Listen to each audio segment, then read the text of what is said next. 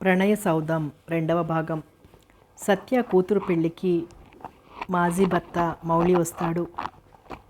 ఆమెకు గతం గుర్తుకొస్తుంది. కానీ మౌళిని తిరస్కరించి పంపేస్తుంది. గతమంతా కళ్ళ ముందు కదులుతుంది. సత్యకు మేనమామ కృష్ణను చాలా ఇష్టపడుతూ ఉంటుంది. సత్య పెళ్లి చేసుకోవాలని అనుకుంటుంది. కథ కొనసాగుతుంది. వారం రోజులు ఇట్టే గడిచిపోయినాయి. ఆ రోజు కృష్ణ వెళ్తున్నాడంటే దిగులు మొదలైంది సత్యకు. చాటుకు వెళ్ళి కన్నీరు తుడుచుకోవటం మొదలుపెట్టింది. వెళ్లే ముందు అక్కకి బావకి చెప్పాడు కృష్ణ. ముహూర్తం పెట్టి తెలియజేస్తాం, 10 రోజుల ముందుగానే రండి అంది జయలక్ష్మి. అలాగే అన్నాడు. నేను చెప్పిన సంగతులన్నీ మర్చిపోకుండా పెద్దక్కతో చెప్పు అంది మరోసారి హెచ్చరింపుగా జయలక్ష్మి. అలాగే అని చెప్పి, అవును సత్యేది కనిపించదు అన్నాడు అక్కవైపు చూస్తూ. నువ్వు వెళ్తున్నావని దానికి బెంగరా ఏమూలో ఏడుస్తూ కూర్చొనుంటుంది అంది జయలక్ష్మి నవ్వుతూ. ఏ సత్య, ఏమిటిది చిన్నపిల్లలా అలా ఏడవచ్చా? మళ్ళీ నేను పెళ్ళికి రాను అని కృష్ణ ఓదారుస్తున్న కొద్దీ మరింత దుఃఖం పెరిగింది ఆమెకు. బావుంది, నేను వెళ్తుంటేనే ఇంతగా ఏడుస్తున్న దానివి, రేపు అప్పగింతలు జరుగుతున్నా కూడా అమ్మా నాన్నల్ని వదిలి వెళ్ళరని ఇంకెంత ఏడుస్తావో పిచ్చిదానా అని మృదువుగా ఆమె తలనిమిరాడు. వస్తున్న ఏడుపును ఆపుకుంటూ, మరైతే తప్పకుండా వస్తానని ఒట్టువేయి అంది దిగులుగా కృష్ణ వైపు చూస్తూ. పెళ్లి కొడుకు రాకుండా ఎక్కడైనా పెళ్లి జరుగుతుందా? నేను 10 రోజుల ముందుగానే లీవ్ పెట్టొస్తాను. ఎవరైనా చూస్తే నవ్వుతారు, కానీ ముందు లేచి కళ్ళు తుడుచుకో. పూర్తయినాయా నీ అప్పగింతలు అంది జయలక్ష్మి. ఆహా, ఏమో అనుకున్నాను, కానీ నీ కూతురు చాలా అమాయకురాలక్క. రేపు పెళ్లినాడు మిమ్మల్ని వదిలి వెళ్ళాలంటే ఇంకెంత ఏడుస్తుందో. సత్య కన్నీటితో చిన్నపాటి పిల్లకాలువైనా ఏర్పడకపోదు అన్నాడు నవ్వుతూ. ఆ మాటలకి తల్లితో పాటు సత్య కూడా నవ్వింది సిగ్గుగా కళ్ళు తుడుచుకుని. మా సత్యని వేరే ఇంటికి ఎందుకు పంపుతాం? అల్లుడు ఇల్లరికం ఉండవలసిందే అన్నాడు ప్రభాకరం. అవునులే, అదే మంచి పని అన్నాడు కృష్ణ. ముఖం కడుక్కొని నీట్గా వచ్చింది సత్య. సరే వస్తానక్క, ట్రైన్కి టైం అయింది, మళ్ళీ నేను లెటర్ రాస్తాను. వెళ్ళిపోతున్న కృష్ణకు కళ్ళతోనే వీడ్కోలు చెప్పింది బాధగా సత్య. అతడి రిక్షా కనుమరుగయ్యే వరకు చెయ్యి ఊపుతూనే ఉంది. మర్నాటి నుంచి కాలేజీకి వెళ్ళి వస్తోందన్న మాటే కానీ సత్య మనసంతా కృష్ణ మీదనే ఉంది. వారం రోజులైంది కృష్ణ ఊరికి వెళ్ళి. తండ్రి ముహూర్తం పెట్టించిన డేట్ చెప్తుంటే సత్య మనసు సంతోషంతో పులకించిపోయింది. అంటే ఇంకొక 20 రోజులు మాత్రమే ఉంది. కృష్ణ మామయ్యతో తన పెళ్లి జరగబోతోందంటే ఆకాశంలో విహంగంలా ఉంది మనసు. అమ్మా నాన్న పెళ్లిని గురించిన కబుర్లు చెప్పుకుంటుంటే వినటానికి 2 చెవులు చాలటం లేదామెకు. తన పెళ్లి విషయం ఫ్రెండ్స్తో చెప్దామనిపించి కూడా ఒక్కసారిగా శుభలేఖలు పంచి వాళ్ళందరినీ సడన్గా సర్ప్రైజ్ చేద్దామని ఆగిపోయింది. పరీక్షలు దగ్గర పడుతున్న మనసు చదువు మీద లగ్నం కావటం లేదు. ఒక్కొక్క రోజు దగ్గర పడుతున్న కొద్దీ టెన్షన్ మరింత పెరగసాగింది. ఆ రోజు సత్య కాలేజీ నుంచి రాగానే కృష్ణ శుభలేఖలు పంపాడు. నీ గదిలో పెట్టాను అన్న తల్లి మాట విన్న సత్యముఖం వెలుగు పువ్వులా అయింది. ఒక్క ఉదుటున తన రూమ్లోకి పరుగు తీసి చేతిలోని బుక్స్ తీసి మంచం మీద గిరాటేసింది. ఎదురుగా ఉన్న ప్యాకెట్ అందుకుంది. ఆతృతగా విప్పింది. మోడల్ చాలా బాగుంది అనుకుంది. ఓపెన్ చేసిన ఆమె ముఖం ఒక్కసారిగా వివన్నమైంది. నిర్ఘాంతపోయింది. ఒక్కసారిగా కళ్ళు గిర్రును తిరిగాయి. నమ్మలేనట్లుగా మళ్ళీ ఓసారి శుభలేఖ చదివింది. రామకృష్ణకు లలితనిచ్చి. అంటే మామయ్య తనని కాదని లలితక్కని. నో, వీల్లేదు, ఇది నిజం కాదు, అంత అబద్ధం పిచ్చిగా అరిచింది పట్టలేనట్లుగా. ఆమె ఊహలన్నీ ఒక్కసారిగా తలకిందులైపోయినాయి. తన స్థానంలో లలితను ఊహించుకుంటే దుఃఖం పొంగిపొర్లసాగింది. మరి తనతో చెప్పిన కబుర్లు, చూపించిన ప్రేమ అంతా నటనేనా? వీల్లేదు, ఈ పెళ్లి జరగటానికి వీల్లేదు. గొంతు చించుకుని అరవాలనుకుంది. కానీ ఆ అరుపు గొంతులోనే ఉండిపోయింది. నిస్సత్తువగా మంచం మీదికి జారిపోయింది.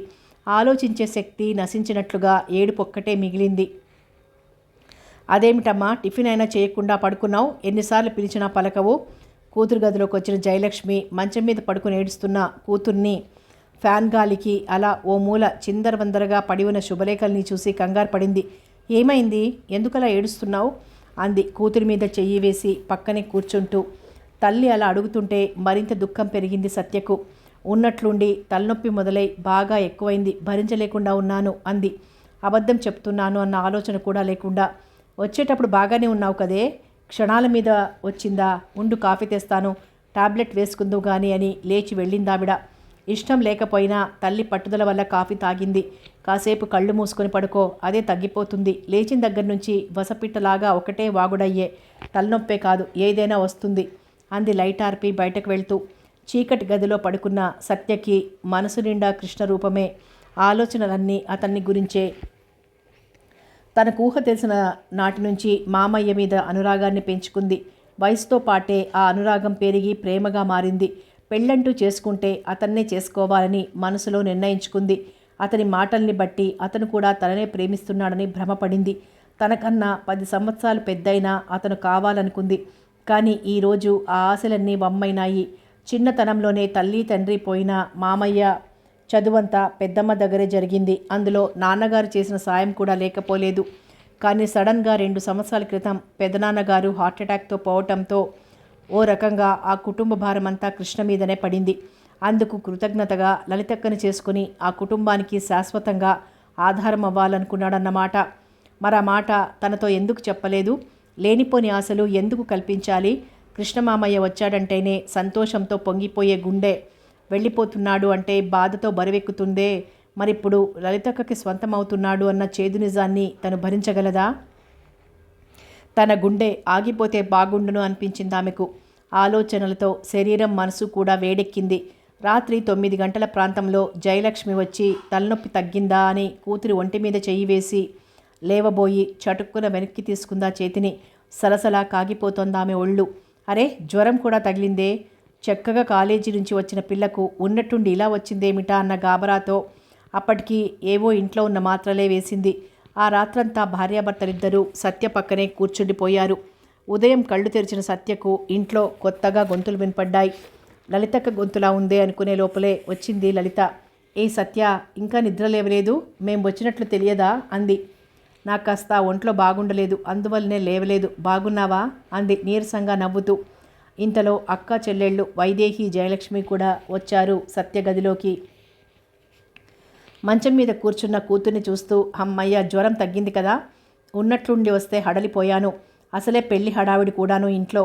కూతురు చెయ్యి పట్టుకుని చూసింది జయలక్ష్మి. ఏ సత్య, సెలవులకి మా ఊరు రమ్మంటే రానేలేదు అంది ఆప్యాయంగా వైదేహి. ఏం చెప్పాలో తెలియక ముభావంగా ఉండిపోయింది సత్య. కాస్త లేచి ముఖం కడుక్కునిరా, కాఫీ ఇస్తాను, నాకు ఇంకా చాలా పనులున్నాయి అంది హడావిడిగా వెళ్ళిపోతూ జయలక్ష్మి. చెల్లెలు వెనకే తను వెళ్ళింది వైదేహి. సత్య, నాతో షాపింగ్కి వస్తావా? కాదు, వచ్చి తీరాలి. చీరల సెలక్షన్ నీకు బాగా తెలుసట కదా అంది లలిత. ఎవరు చెప్పారు? మామయ్య నిన్ను తీసుకువెళ్ళమని నాతో 1కి 2 సార్లు చెప్పాడు. అన్నట్లు నాకు ఈ వాచి కొన్నాడు చూడు అంది చెయ్యి ముందుకు చాస్తూ. బాగుంది అంది ముక్తసరిగా. మరి షాపింగ్కి వస్తావా? చీరల సెలక్షన్ నాకన్నా మా అమ్మకే బాగా తెలుసు. నాకు కూడా తనే తెస్తుంది. ఏమో బాబు, మామయ్య నిన్ను తీసుకువెళ్ళమన్నాడు. రేపు తను వచ్చాడంటే నన్ను కేకలు వేస్తాడు. ఓహో, తను రేపు వస్తాడన్నమాట. అవును, మరి పెళ్ళి వారం రోజులేగా ఉంది. అసలు ఈ పెళ్లి రోజు తనిక్కడ ఉండకుండా ఎక్కడికన్నా వెళ్తే ఎక్కడికి వెళ్తుంది? తను వెళ్ళాలనుకున్నా అమ్మ వెళ్ళనిస్తుందా? ఉండి తన కళ్ళెదురు జరిగే ఈ తతంగాన్ని చూసి భరించటం తన వల్ల అవుతుందా? ఆ క్షణంలో లలిత మీద చెప్పలేనంత అసూయ కలిగింది సత్యకు. తనకంటే లలిత అందగత్తె అని ఆమె వంక పరీక్షగా చూసింది. ఎత్తుకి తగ్గ లావుతో, చామన ఛాయ, పెద్ద పెద్ద కళ్ళతో, సాధారణ వాయిల్ చీరలో ఉన్న లలిత ఏదో తెలియని ఆకర్షణ కనిపించింది. అయినా మామయ్య దృష్టిలో అందం కాదుగా ముఖ్యం. ఈ పెళ్లికి అంగీకరించింది కేవలం అభిమానం మాత్రమేగా అనుకుంది. ఏమిటలా నా వైపు పరీక్షగా చూస్తున్నావు అని అడిగింది ఆశ్చర్యంగా లలిత. అబ్బే, ఏం లేదు అంది తడబాటుగా. ఇంతలో ప్రభాకరం వచ్చి, ఏరా నాన్న, సత్యజ్వరం పూర్తిగా తగ్గిందా అని ఎంతో ప్రేమగా అడుగుతుంటే సత్యకు ఏడుపు వచ్చింది. బాబాయ్, నాకు తెలియక అడుగుతాను, సత్య నీకు కూతురా లేక కొడుకా అంది లలిత నవ్వుతూ. రెండూను అన్నాడు ప్రభాకరం చిరునవ్వుతో. రాత్రి నీకు చాలా తీవ్రంగా జ్వరం వచ్చిందమ్మా. మీ అమ్మ నేను చాలా కంగారు పడ్డాం. ఇప్పుడు తగ్గింది డాడీ అంది. వెరీ గుడ్, లేచి కాస్త కాఫీ తాగమ్మా. రాత్రి భోజనం కూడా చేయలేదు. మరి నెవస్తా, కోర్టుకి టైం అయిపోతుంది. వెళ్ళిపోయాడు ప్రభాకరం. లలిత కూడా వెళ్ళటంతో ఒంటరిగా మిగిలిపోయింది సత్య. ఏమైనా సరే ఈ విషయాలు ఎవ్వరికీ చెప్పకూడదు, తనలోనే ఉండిపోవాలి, ఏమీ జరగనట్లుగా ఉండాలి అని నిర్ణయించుకుంది. డైరీ తీసి రాసుకుంది.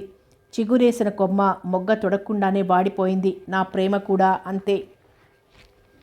కృష్ణమామయ్య లేని జీవితం అంధకారమయం. ఇది ఎవరికి చెప్పుకోలేని బాధ. అతడి ప్రేమ నాకు శాశ్వతం కాదని తెలుసుకున్న రోజు నాలో చెలరేగిన బడబాగ్ని వర్ణనాతీతం. మామయ్యని కాదని మరెవరికో నన్ను నేను అర్పించుకోలేను. మనిషిని సృష్టించిన దేవుడు ఆ మనిషికి మనసివ్వటంలోనే చాలా పొరపాటు చేశాడు. మనసిచ్చి పుచ్చుకోవటాలు, ప్రేమాంకురాలు మొలకెత్తటం, ఆ ప్రేమకు దూరమయ్యానని బాధపడటం ఎంత చిత్రం. ప్రేమించిన మనిషితో జీవితం పంచుకోవాలన్న కల కళ్ళగానే మిగిలిపోయింది. మనసు పడ్డ కోరిక తీరదని తెలుసుకున్న రోజు ఆ తీరని మధుర దృశ్యాలను కళ్ల ముందు పరుచుకుంటాను. ఆ కలల అలలలోనే తేలియాడుతాను. మరి కాసేపటికి వాస్తవానికి వస్తాను. అప్పుడే బరువెక్కిన గుండెకు ఓదార్పు. మనసు లేని మనువు చేసుకునే కన్నా మనసు పడ్డ వ్యక్తితోనే మదిలో గుప్తంగా ఆరాధించటమే మనసుకు ప్రశాంతత. ఈ ఆరాధన కలకాలం సాగుతూ ఉంటుంది. అతడు లేని జీవితం నాకు శూన్యం. ఐ లైక్ హిమ్ అని పేజీల నిండుగా పిచ్చెక్కినట్లుగా రాసుకుంది. అందరూ అన్ని రకాల హడావిడిలో ఉన్న సత్యకు మాత్రం చెప్పలేనంత దిగులుగా ఉంది. ఇల్లంతా పెళ్లి సందడితో కళకళలాడుతోంది. చుట్టాలందరూ వచ్చారు. జయలక్ష్మి, ప్రభాకరం హడావిడిగా తిరుగుతున్నారు. కృష్ణ అయితే మరీ హుషారుగా ఉన్నాడు. ఏవేవో జోక్స్ వేస్తున్నాడు. అందరినీ నవ్విస్తున్నాడు. మునుపట్ల వాటికి రెస్పాన్స్ ఇవ్వలేకపోతోంది సత్య. ఎంత మామూలుగా ఉందామనుకున్నా ఆమెకు తరం కావటం లేదు. ఒక్కసారి అతన్ని ఒంటరిగా కలుసుకుని నేను నిన్ను గాఢంగా ప్రేమించాను, ఇప్పటికీ మరెప్పటికీ ప్రేమిస్తూనే ఉంటాను అని చెప్పి మనసులోని భారం దింపుకోవాలని మనసు తాపత్రయపడ్డా ఎంతో కష్టం మీద తనంతాను కంట్రోల్ చేసుకోగలిగింది. అందరూ కలిసి భోజనాలు చేస్తున్నారు. ఇదిగో సత్య, నాతో కలిసి షాపింగ్కి వచ్చి నీకు కావలసిన చీర తీసుకో, లేకపోతే రేపు నన్ను దెప్పుతావు. కనీసం నీ పెళ్ళికి నాకు చీరైనా కొన్నావా అని అన్నాడు కృష్ణ. నా కూతురు అలా సాధించే రకం కాదు. ఆ విషయంలో మాత్రం నా పోలికొచ్చింది, మీ అక్కలా కాకుండా అన్నాడు భార్య వైపు చూస్తూ ప్రభాకరం.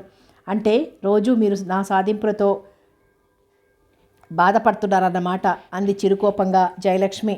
ఆ మాట డైరెక్ట్గా అన్నానా?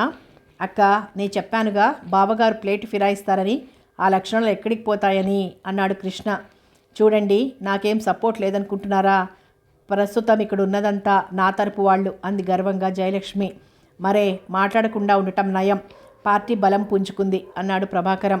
అందరూ అన్నీ మాట్లాడుతున్నా సత్య మాత్రం మౌనంగా వినటం తప్ప పెదవి విప్పలేదు. నీ కూతురేమిటలా మూగనం పట్టింది? ఎప్పుడూ అల్లర్లో తనే ముందుండేది అన్నాడు రామకృష్ణ. మా అమ్మాయి బుద్ధిమంతురాలు అన్నాడు ప్రభాకరం. అవును మర్లే, అక్కడికేదో మేము వాగుడు కాయలమైనట్లు వచ్చిన దగ్గర నుంచి చూస్తున్నాను. సత్య ఏదోగా ఉంది, ఎందుకో బాధపడుతున్నట్లుగా అనిపిస్తోంది అన్నాడు సత్యవంక పరీక్షగా చూసిన రామకృష్ణ. కంగారుగా అబ్బే నాకేం కాలేదు, బాగానే ఉన్నాను అంది సత్య. దానికేం బాధరా? అది కోరుకున్న మరుక్షణమే ఏ వస్తువైనా దాని కళ్ళ ముందు ఉంటుంది. కాకపోతే మొన్న జ్వరం పడ్డ దగ్గర నుంచే కాస్త నీరసంగా ఉందంతే అంది స్వీట్స్ వడ్డిస్తున్న జయలక్ష్మి. ఆ మాటలు ఎందుకో నమ్మకం కలగలేదు రామకృష్ణకి. వాళ్ళందరూ సరదాగా కబుర్లు చెప్పుకుంటుంటే నువ్వు ఇక్కడిలా ఒక్కదానివి పడుకున్నావేమిటి అన్నాడు ఆ సాయంకాలం పూట సత్య దగ్గరికి వచ్చిన రామకృష్ణ. అతడు తన పక్కనే కూర్చోవటం చూసి గబాల్న లేచి ఎదురుగా ఉన్న కుర్చీలో కూర్చుంది తలదించుకొని. ఆ ప్రవర్తనకి విస్తుపోయాడు రామకృష్ణ. ఏమైంది నీకు అన్నాడు. సమాధానం లేదు.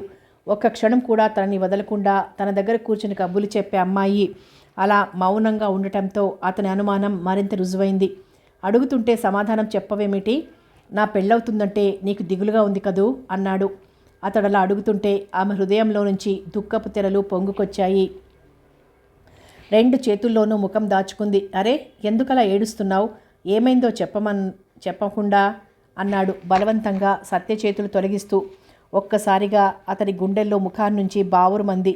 అతడెంత అనునయించినా ఆమె ఆగటం లేదు. తరచి అడుగుతున్న కృష్ణకి నిజం చెప్పటం ఇష్టం లేక, నీకు లలితక్కతో పెళ్ళవుతోందిగా, మరి నువ్వు నాతో మాట్లాడతావా? సినిమాలకి షికార్లకి వస్తావా అంది బెక్కుతూనే. అమాయకంగా అంటున్న ఆ మాటలకి పకపకా నవ్వాడు. ఇంకా నవ్వుతూనే అక్క అని పిలవబోయాడు. ప్లీజ్ అమ్మని పిలవొద్దు అంది సత్య. నవ్వి ఆయాసం వచ్చింది అతనికి. పిచ్చి సత్య, నువ్వు చాలా అమాయకురాలివి. నేను పెళ్లి చేసుకునేది ఎవరన్నా పరాయి వాళ్ళనా చెప్పు? స్వయంగా నీ పెద్దమ్మ కూతుర్ని. అయినా నీకు అనుమానం ఎందుకు వచ్చింది? నాకు లలిత నువ్వు ఇద్దరూ సమానమే. ఇలాంటి పిచ్చి పిచ్చి అనుమానాలు మనసులో పెట్టుకొని అనవసరంగా బాధపడకు. నువ్వింకా ధైర్యవంతురాలివి అనుకున్నాను, కానీ ఇంత పిరికిదానివి అనుకోలేదు. ఈ విషయంలో నీకన్నా లలితే నయం. అసలు ఈ మాటలు ఎవరన్నా వింటే నవ్విపోతారు అన్నాడు. నాకన్నా లలిత నిజంగా అదృష్టవంతురాలు కాబట్టే నీ భార్య కాగలుగుతోంది. నే పిరికిదాన్ని కాబట్టి నిజాన్ని నిర్భయంగా బయట పెట్టలేక నాలో నేను నలిగిపోతున్నాను అనుకుంది మనసులో. ఇల్లంతా వెతుకుతున్నాను నీకోసం, ఇక్కడున్నారా? అమ్మ నిన్ను పిలుస్తోందని. మామయ్య, నా గోరింటాకు ఎలా పండింది అంది 2 చేతులు ముందుకు చాపి. Very nice. మరి నువ్వు పెట్టుకోలేదా అడిగాడు సత్యని. దానికి ఇష్టం లేదట. ముందు నువ్వు అర్జెంటుగా రా అని అతని చెయ్యి పట్టుకుని లాక్కుపోయింది లలిత. ఆ క్షణంలో లలిత మీద అంతులేని కోపం వచ్చింది సత్యకు. అప్పుడే తన భర్త అన్నట్లుగా ఎంత అధికారం చూపిస్తోందో. కాసేపైనా మామయ్యతో ఒంటరిగా మాట్లాడి మనసు తేలికపరచుకోవాలని అనుకుంది. ఆ మహాతల్లి ధర్మమా అని ఆ ఆశ కూడా నిరాశ అయింది. రామకృష్ణ పెళ్లి జరుగుతున్నంతసేపు గది వదిలి బయటికి రాలేదు సత్య. ఆ రోజు భోజనం కూడా చెయ్యలేదు. అంతా హడావిడిగా ఉండటం వల్ల ఆ విషయాన్ని ఎవరూ పట్టించుకోలేదు. మిగిలిన వేడుకలన్నీ పూర్తయినాయి. నీ ప్రజెంటేషన్ ఏది అని అడిగాడు రామకృష్ణ. నా మనసే నీకు అర్పించాను, ఇంకా ప్రత్యేకంగా ఏమివ్వను అనుకుంది. జాజి పందిరి దగ్గర కూర్చుని పూలు కడుతున్న లలితతో కబుర్లు చెప్తోంది సత్య. లోపల నుంచి రామకృష్ణ మాట వినిపించడంతో గబుక్కున పూలమాల వదిలి లేచిన లలితను చూసి, ఏం లేచావు అంది. ఆయనకి కాఫీ ఇవ్వాలి, నేను ఇస్తేనే కానీ తాగడు అని రివ్వున లోపలికి వెళ్ళింది లలిత. ఆశ్చర్యపడింది సత్య. ఎంతలో ఎంత మార్పు! మొన్నటిదాకా ఇద్దరూ ఒకటే అయినా 3 ముళ్ళు వేయించుకుని లలితక్క తనకు లేని అధికారం సంపాదించుకుంది. వరండాలోంచి వెళ్తున్న సత్య కళ్లకు గది కిటికీలోంచి లలిత ఒళ్ళో తల ఉంచి పడుకున్న రామకృష్ణ, అతని మీదుగా వంగి నవ్వుతూ కబుర్లు చెప్తున్న ఆమె కనబడ్డారు. మనసెందుకో కలుక్కుమంది. ఎవరో తరుముకొస్తున్నట్లుగా తన గదికి వెళ్ళింది. సాయంకాలం రామకృష్ణ లలిత సినిమాకు వెళ్తుంటే సత్య మనసు గిజగిజలాడింది. ఏం నన్ను కూడా పిలవకూడదా అనుకుని మనసు భగ్గుమంది. కానీ మీ ఇద్దరి మధ్య సత్య ఎందుకోని తల్లి వారించిన విషయం తెలియని సత్యకు రామకృష్ణ మీద కోపం వచ్చింది. తల్లి సింపుల్గా ఫస్ట్ నైట్ ఏర్పాట్లు చేయటం చూచాయగా చెవిన పడిన సత్య రూమ్ వదిలి బయటికి రాలేదు. తల్లి వచ్చి తన పక్కన పడుకోవటం చూసి చిన్నగా కళ్ళు తెరిచింది. నిద్రపోలా అంది జయలక్ష్మి. ఇప్పుడే మెలకు వచ్చింది అంది ఆవలిస్తూ. అనుకున్నట్లుగా కృష్ణ పెళ్లి పూర్తయింది. అక్కయ్య భారం తీరింది అని ఇంకా ఏవేవో కబుర్లు చెప్తున్న తల్లి వైపు అసహనంగా చూస్తూ, నాకు తలనొప్పిగా ఉంది అంది. ఏమైంది అంది. కూతురు దగ్గరగా జరిగి నుదురు పట్టి చూసింది. బాగా చలిగా ఉంది అంది వణికిపోతూ. ఎందుకో అలవాటైన ఫ్యాన్ గాలికి ఆ క్షణంలో విపరీతంగా చలి ముంచుకొచ్చింది. బ్లాంకెట్ కప్పి తను కూడా సత్య దగ్గరకు జరిగి మీద చెయ్యి వేసుకుని పడుకుంది జయలక్ష్మి. అలసిన జయలక్ష్మి కాసేపటికే నిద్రలోకి జారిన మనసులోని ఆలోచనలను పారద్రోలి గట్టిగా కళ్ళు మూసుకుని తల్లి గుండెల్లో ముఖం దాచుకుని ఎప్పటికో నిద్రకు చేరువయింది సత్య. మర్నాడు కాలేజీకి తయారవుతున్న కూతుర్ని వాళ్ళు వెళ్ళిపోతున్నారుగా, ఈ ఒక్కరోజుకి ఇంట్లో ఉండకూడదు అంది జయలక్ష్మి. ఆ మాటను కాదనలేకపోయింది. లలిత కొత్త సంసారానికి అవసరమైనవన్నీ కొంది జయలక్ష్మి. వైదేహి వారించినా వినకుండా, అక్క నాకింకో తమ్ముడున్నా బాగుండేది, మొత్తం నీ ఇంట్లో సామాన్లన్నీ మా ఇద్దరికే సొంతమయ్యేవి అన్నాడు నవ్వుతూ రామకృష్ణ. అంతకంటేనా? అలాగే ఉండుంటే సత్యకి పరాయి సంబంధం వెతికే శ్రమైనా తప్పేది. తోడబుట్టిన తమ్ముడే అల్లుడిగా రావటానికి ఎంతో అదృష్టం చేసుకోవాలి, అది అక్కయ్యకే దక్కింది అంది జయలక్ష్మి. సత్యకు మాత్రం ఏం తక్కువ పిన్ని, నీ కాబోయే అల్లుడు దాన్ని వెతుక్కుంటూ మరీ వస్తాడు చూడు అంది చిరునవ్వుతో లలిత. ఏమంత గ్యారంటీ ఇస్తున్నావు? ఎక్కడైనా వెతికుంచావా కొంపదీసి అన్నాడు రామకృష్ణ. ఆ సమయం వస్తే ముందు ఆ పని చేయవలసింది తమరే తెలుసా అంది. ఆ వెతికేది ఇల్లరికపు అల్లుడైతే మరీ శ్రేష్టం అన్నాడు అప్పుడే వచ్చిన ప్రభాకరం. నేనేదో అమాయకుడిని కాబట్టి మా అక్కకి ఇల్లరికం ఉన్నాను, కానీ బావా లాయర్ గారమ్మాయి నోటి ధాటికి తట్టుకోవటం మాత్రం కష్టమే, వచ్చేవాడు ఎవరో పాపం అన్నాడు జాలిగా ముఖం పెట్టి. ఒరై తమ్ముడు, అన్యాయం రా, నా కూతుర్ని అలా అనటం. మా అమ్మాయిని చేసుకునేవాడు బంగారు పూలతో పూజ చేస్తుంటాడెక్కడో అంది జయలక్ష్మి. అవును మరి, నేను ఆ పూజ చేయలేదు కాబట్టే నాకు ఇలాంటి భార్య దొరికింది అన్నాడు లలిత వైపు చూసి. నాకేం తక్కువని అని గయ్యిమంది లలిత. హతోస్మి, వీళ్ళంతా ఒకే జాతి వాళ్ళు కదూ బావా, మనిద్దరమే పరాయి వాళ్ళం అన్నాడు కృష్ణ. బావమర్ది నన్ను వదిలేయి, నువ్వు కూడా అదే జాతి అన్నాడు ప్రభాకరం. అందరూ పకాలన నవ్వారు.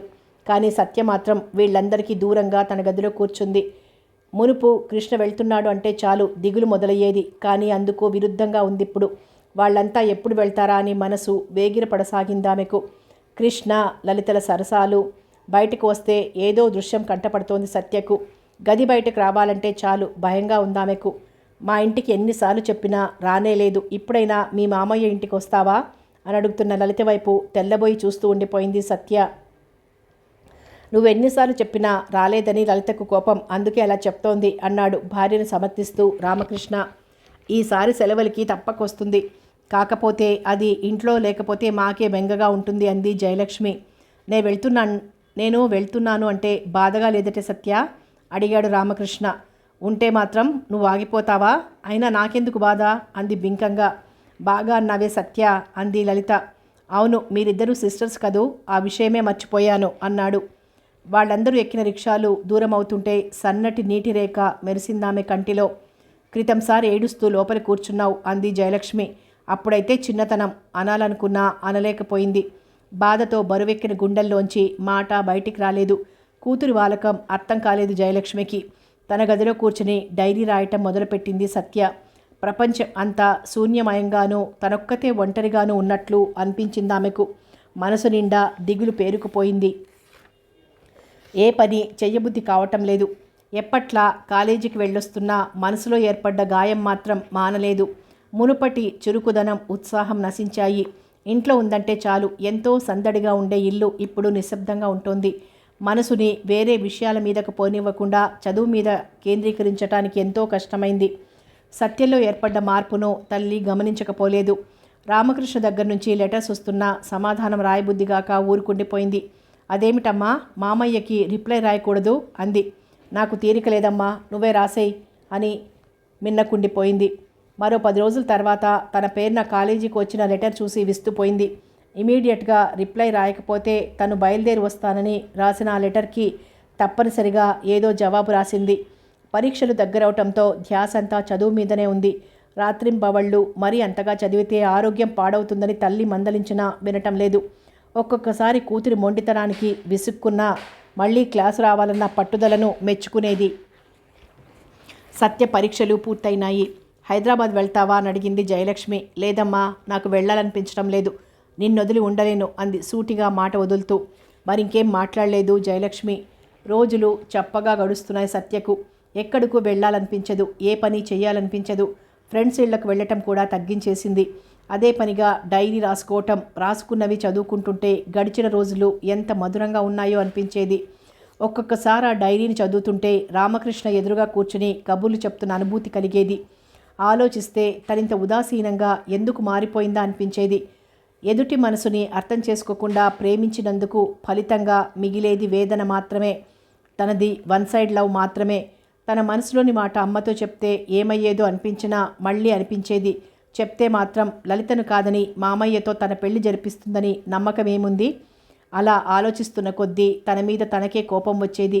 అసలు మామయ్యకి తన మీదున్నది ప్రేమో అభిమానమో తెలుసుకోకుండా తను తొందరపడటం తప్పేమో. చేసిన పొరపాటుకి శిక్ష అనుభవిస్తోంది. ఎవరితో చెప్పుకోలేని బాధ. అయినా ఏమని చెప్తుంది? గాయపడిన హృదయానికి గడిచిపోయిన స్మృతులే మధురం అన్నట్లుగా గత స్మృతులతోనే కాలం గడుపుతోంది.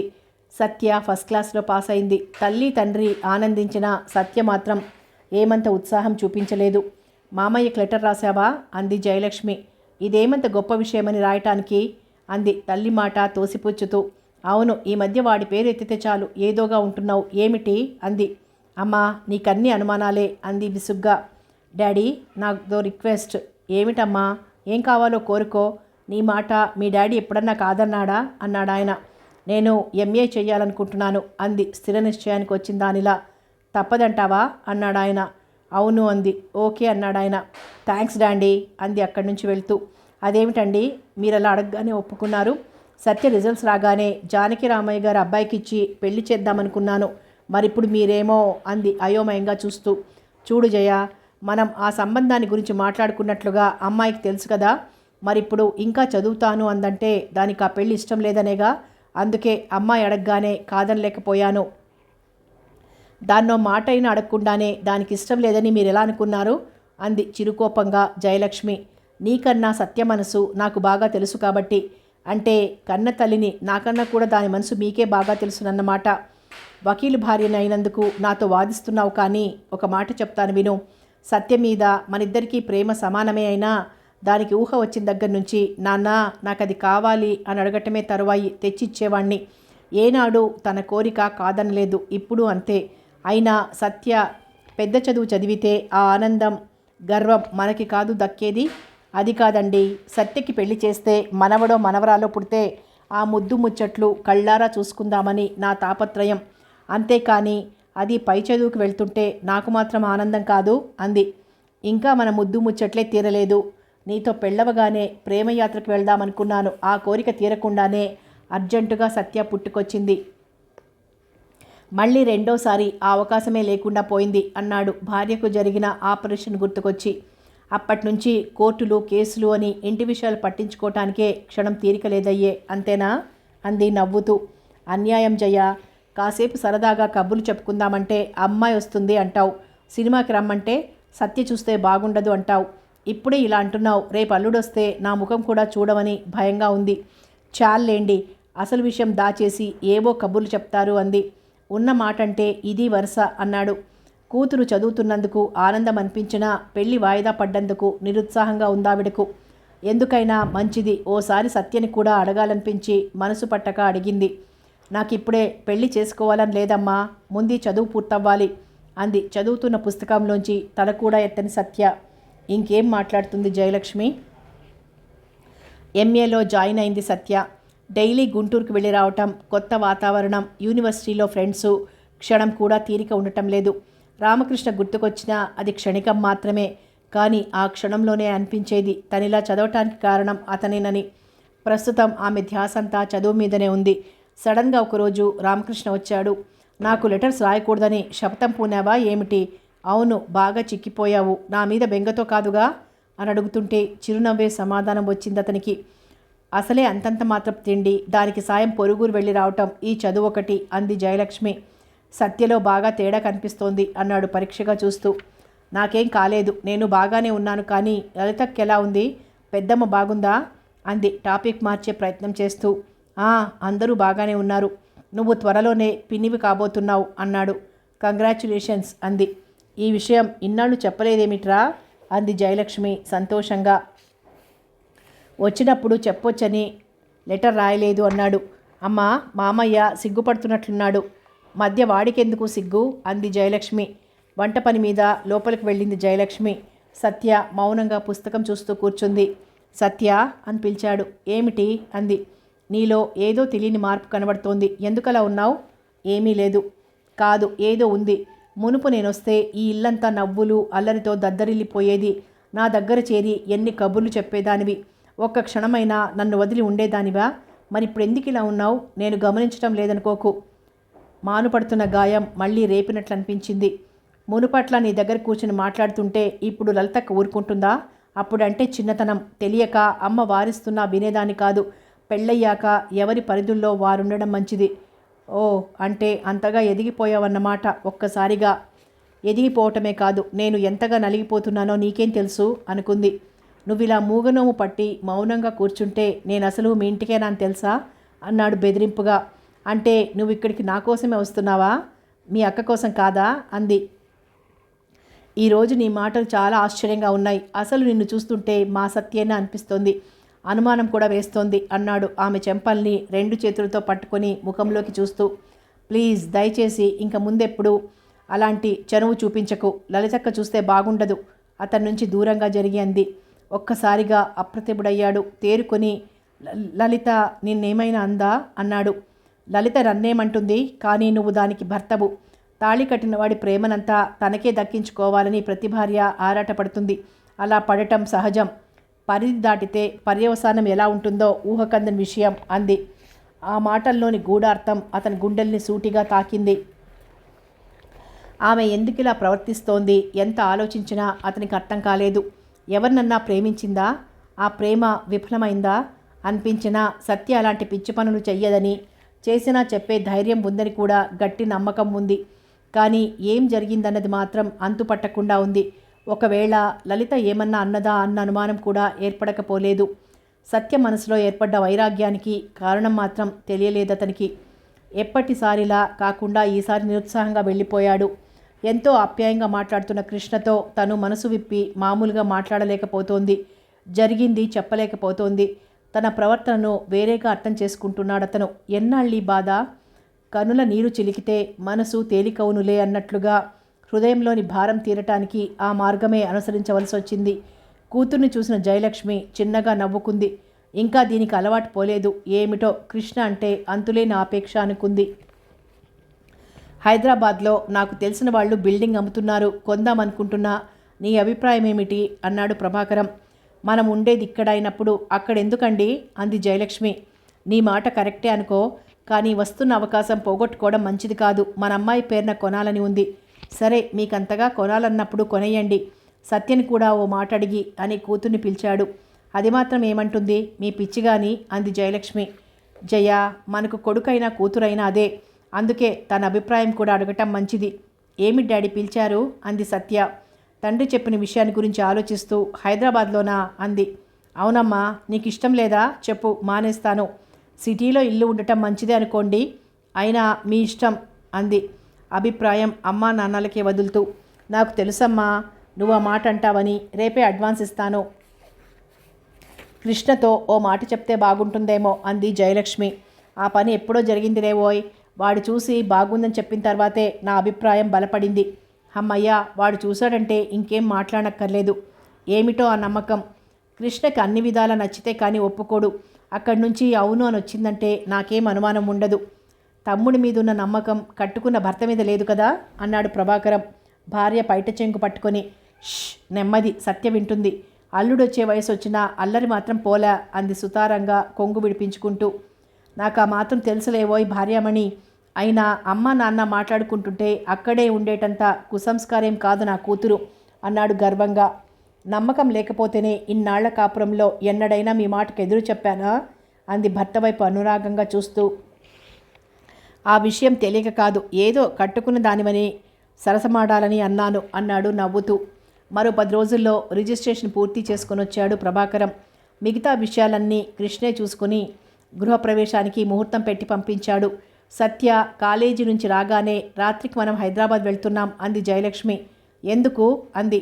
ముహూర్తం కుదిరిందని కృష్ణ ఫోన్ చేశాడు. అనుకోని ఈ ప్రయాణానికి ఇరకాటంలో పడింది. ఆమె మనసు తనిప్పట్లో అక్కడికి వెళ్ళకూడదు అని నిర్ణయించుకుంది. కానీ అర్ధాంతరంగా ఈ ప్రయాణం తగిలింది. ఎలా ఆపు చేయాలా అని ఆలోచించింది. ఓ వారం రోజులు నాకు యూనిట్ టెస్ట్ ఉన్నాయమ్మా అంది. ఇప్పుడేం పరీక్షలు అంది జయలక్ష్మి. అవునమ్మా, ఎవరు యాబ్సెంట్ కాకూడదు, చాలా ఇంపార్టెంట్. అయ్యో, ఇప్పుడెలా? మళ్ళీ మూడం వచ్చేస్తుంది కూడాను అంది కంగారుగా. నే రాకపోతే ఏమమ్మా, నాన్నగారు నువ్వు ముఖ్యం, మీరు వెళ్ళండి అంది సమస్యని తేలిగ్గా పరిష్కరిస్తూ. నీ ముఖం, నువ్వు రాకుండా ఎలా అమ్మా? శుభమా అని కొత్త ఇంట్లోకి వెళ్తుంటే ముందుగా నాకు ఆ విషయం తెలుసుంటే ముహూర్తం క్యాన్సిల్ చేయించేవాణ్ణి. నాకు సడన్గా ఈరోజే చెప్పారు. ప్రత్యేకంగా నేను వెళ్ళి చూసొస్తాను, సరేనా అంది తల్లికి నచ్చజెప్తూ. ఏమిటోనమ్మా, నువ్వు లేకుండా వెళ్ళటానికి మనసొప్పటం లేదు అంది జయలక్ష్మి అయిష్టంగా. ప్రభాకరం కూడా ఈ విషయంలో భార్యతోనే ఏకీభవించాడు. సత్య ఎన్ని విధాలు చెప్పినా వాళ్ళు అంగీకరించలేదు. అది కాదమ్మా, నీ పేరుని కొన్న ఇల్లు నువ్వు చూడకుంటే ఎట్లా చెప్పు అన్నాడాయన. చివరికి సత్య ఎన్నో మాటలు చెప్పిన మీదట అయిష్టంగానే అంగీకరించారు. నిజానికి తను కూడా వెళ్ళి ఆ సరదాలో పాలు పంచుకోవాలనిపించి కూడా ఆ అభిప్రాయాన్ని అణగదొక్కింది. వెడితే అక్కడే దిగాలి, తనకది ఇష్టం లేదు. అందుకే ఈ వంకతో ఆగిపోయింది. మరొక 4 రోజుల తర్వాత వచ్చారు సత్య తల్లిదండ్రులు. ఇల్లు చాలా బాగుందని, ఖాళీ స్థలం నిండా పూల మొక్కలున్నాయని, సత్య సదన్ అన్న పేరు కృష్ణే రాయించాడని తల్లి చెప్తుంటే అప్పటికప్పుడు వెళ్దామా అనిపించింది సత్యకు. ఎవరో ఆఫీస్ వాళ్లకు బిల్డింగ్ అద్దెకిచ్చే ఏర్పాటు కూడా తన తమ్ముడే చేశాడని గర్వంగా చెప్తోంది జయలక్ష్మి. తను కూడా వెళ్ళటం వల్ల లలితకు సీమంతం చేశారని, ధర్మవరం చీర కొన్నానని ఆ వేడుకల గురించి చెప్తున్న తల్లి మాటలకు అప్పటి వరకు ఆసక్తిగా వింటున్న సత్య, నేను చదువుకోవాలమ్మా అంటూ లేచిపోయింది. తిక్క పిల్ల అనుకుంది జయలక్ష్మి. హైదరాబాద్ వెళ్ళకపోవటం చాలా మంచిదనిపించింది సత్యకు. ఎవరి బాధలతో బాధ్యతలతో నాకేం సంబంధం లేనట్లుగా కాలం పరిగెడుతూనే ఉంది. రామకృష్ణకి కొడుకు పుట్టాడు, రమ్మని రాశాడు. ఫైనల్ పరీక్షలు దగ్గరవటంతో రాను అంది సత్య. చేసేదేం లేక వాళ్ళిద్దరూ వెళ్ళారు. ఒంటరిగా మిగిలిన సత్య మనసులో ఆలోచనలు అనేకం.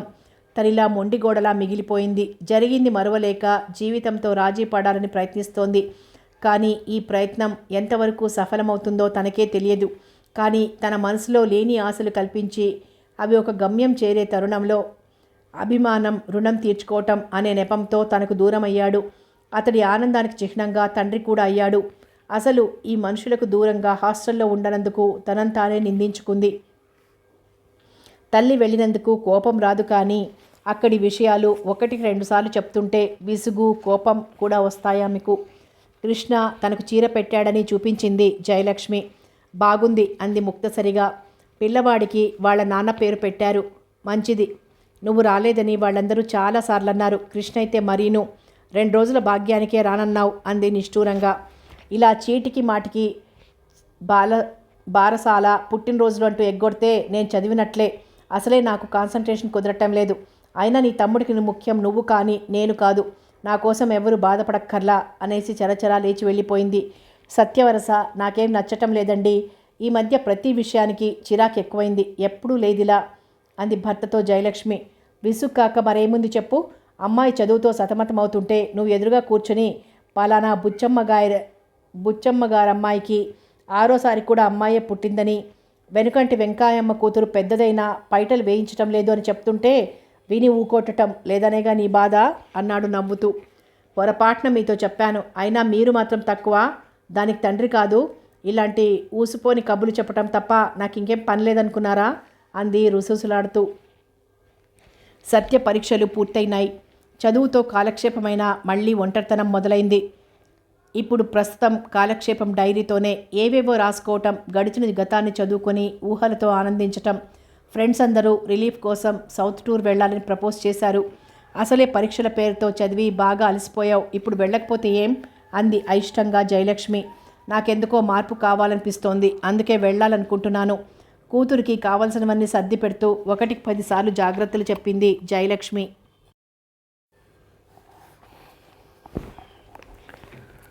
ఓపికగా అన్నింటికి ఊకొట్టింది సత్య. ఏమిటోయ్ నీ కూతుర్ని ఏదో అత్తవారింటికి పంపుతున్నంత హడావిడి చేస్తున్నావు. వెళ్ళేది టూరు అన్న విషయం ఒక్కసారి గుర్తు తెచ్చుకో అన్నాడు ప్రభాకరం. మీకు అలాగే వేళాకోళంగా ఉంటుంది. దాన్ని చూడకుండా నేను ఒక్కరోజు కూడా ఉండలేను తెలుసా అంది చీర కొంగుతో కన్నీళ్లు ఆపుకుంటూ. ఆ సంగతి నాకు తెలియక కాదులే, సరదా కన్నాను. చూడమ్మా సత్య, రెగ్యులర్గా నీ క్షేమంతో లెటర్స్ రాయాలి, తెలిసిందా? అలాగే డాడీ. పొరపాటును కూడా ఎక్కడా నదుల్లో స్నానం చెయ్యకు అంది జయలక్ష్మి. చెయ్యను అంది సత్య బుద్ధిగా. తిండి విషయంలో జాగ్రత్త. అలాగే. జామ్ సీసా పెడుతున్నాను. ఉదయం పూట బ్రెడ్ మాత్రం తిను. ఆ హోటల్ టిఫిన్లు తినొద్దు. తినను. ఏర్పిల్లో పెడుతున్నాను. దిండు లేకపోతే నీకసలు నిద్ర పట్టదు. జయ, ఓ పని చేస్తే పోలా? అమ్మాయి వెంట నువ్వు కూడా వెళ్ళు అన్నాడు ప్రభాకరం. మీరు ఊరుకోండి. చెప్పకపోతే అమ్మాయికేం తెలియదు. ఆ రాత్రంతా కూతురి పక్కనే పడుకుని మెలకువ వచ్చినప్పుడల్లా గుర్తుకొచ్చినవన్నీ చెప్తూనే ఉంది జయలక్ష్మి.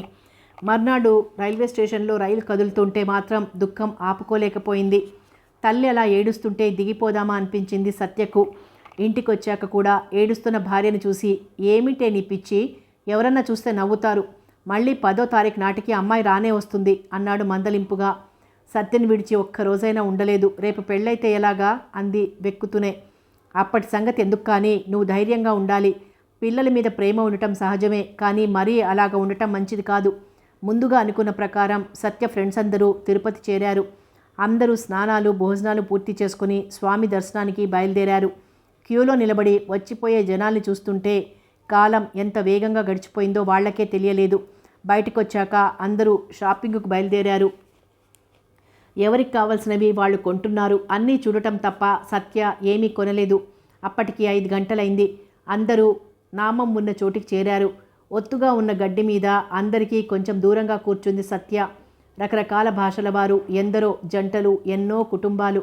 అప్రయత్నంగా రామకృష్ణ గుర్తుకొచ్చాడు. పెళ్ళయ్యాక సౌత్ టూర్ వెళ్ళాలి అన్నాడు. మరి భార్యతో వెళ్ళాడేమో. మిగిలిన ఫ్రెండ్స్ అందరూ ఎవరి హడావిడిలో వారున్నారు. స్టూడెంట్స్ కన్నా చెట్టు మీద కోతులు నయం అనిపించేటట్లున్నారు. వాళ్ళల్లో ఒక అమ్మాయి సత్య దగ్గరికి వచ్చి, ఏమిటే అమ్మమ్మలాగా ఈ మూల కూర్చున్నావు, నువ్వు కూడా సరదాగరా అంది చేయి పట్టి లాగుతూ. బాగా అలసిపోయినట్లుంది, కాసేపు రెస్ట్ తీసుకొని అంది. సరే ఏం చేస్తాం, ఈ పల్లీలు తిను అని సత్య చేతికో పొట్లమిచ్చి తుర్రుమంది. లైట్ల వెలుగులో స్వామివారి నామం వెలిగిపోతోంది. ఆ కాంతులతో అక్కడ పట్ట పగల్లా ఉంది. తన బ్యాగ్లోని డైరీ తీసింది సత్య. సడన్గా గుర్తుకొచ్చి కవర్ తీసి ఇంటికి లెటర్ రాసింది. చీకటితో పాటే ఆ చోట జనం కూడా పెరిగారు. పైనుంచి చూస్తుంటే దూరంగా ఉన్న కాటేజెస్ అన్నీ అందంగా అమర్చిన బొమ్మరిళ్లలా అనిపిస్తున్నాయి. ఆ సమయంలో మనసు ఎంతో ప్రశాంతంగా అనిపించింది సత్యకు. బహుశా ఆ చోటు మహత్యం అటువంటిది అనుకుంది. కిందకి దిగి వెళ్తున్న వారిలో వెనక నుంచి అచ్చం రామకృష్ణలాగానే ఉన్నాడతను. ఉలిక్కి పడింది సత్య. గొంతెత్తి పిలవాలనుకుని చప్పున ఆగింది. పక్కనే ఉన్న మరో వ్యక్తిని చూసి అతను కాదని భ్రమపడ్డానని అనిపించింది ఆమెకు. ఎందుకో అందరితో కలిసి ఎంజాయ్ చేయలేకపోతోంది సత్య. తన కృష్ణమామయ్యతో కలిసొస్తే ఎలా ఉండేదో అన్న ఊహ చోటు చేసుకుందామె మనసులో. ఆ ఊహల్లో తేలిపోతూ ఫ్రెండ్స్ వచ్చి పిలిచే వరకు అలాగే ఉండిపోయింది. ఏమిటే మాకందరికీ దూరంగా కూర్చొని కలలు కంటున్నావు? ఏ హీరో గారైనా గుర్తుకొచ్చారా అని హాస్యాలాడారందరూ. అదేం కాదు అంది సత్య లేచి చీర కట్టిన గడ్డి పరకలు దులుపుకొని. కథ కొనసాగుతుంది.